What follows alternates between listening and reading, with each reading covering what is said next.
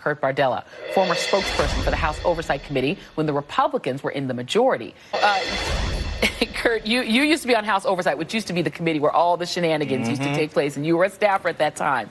They know that under the Boehner rules, the John Boehner rules, which is what we're operating under, they are not allowed to yield time. The ranking member can only yield time to the council or to himself. Right. They know they couldn't yield time to Stefanik, but she kept trying to jump in, and Jim Jordan kept trying to jump in. Is that classic what you guys would have done back then? I mean, it's again, the ironic thing here, Joy, is that if Stefanik and Jordan, if they don't like the rules that we're playing by right now, they have only themselves to blame because they wrote those rules when we were in the majority. Right. But of course, Republicans are doing this right now. They know what the facts are. They know what the rules are, yet they're going to try to make this play. And you said earlier, it's really an audience of one to say, well, this is unfair. It's harassment. There's no due process. And what happens? We see Donald Trump then go off and say, well, look, there's no due process. There's no lawyer. They're not giving us time. So it's all a game. Let me play. So he just repeats the talking points, which are all it's all lies.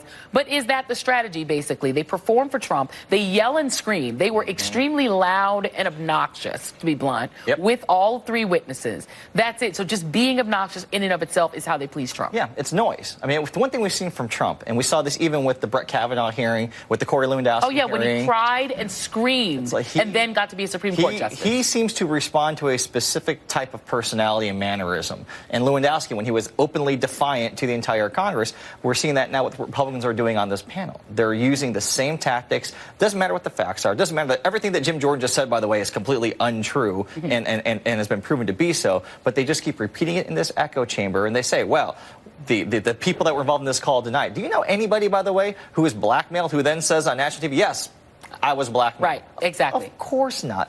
They say that, oh, well, we're getting people with no firsthand knowledge. Well, gee, the White House is blocking Mike Pompeo. They're blocking Mick Mulvaney. They're blocking all the people who had firsthand knowledge from even testifying. That's the reason why. You know these guys. You know Jim Jordan. You know some of these guys, Mr. Castor, Stephen Castor, and these guys. Why are they behaving this way?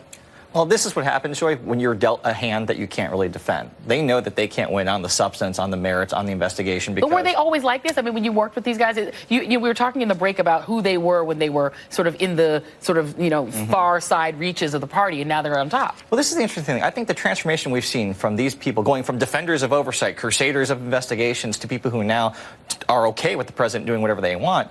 The interesting thing is, for so long, they operated people like Jim Jordan on the fringe of the party. They were at war with the Republican leadership, people like John Boehner and Eric Cantor and Paul Ryan.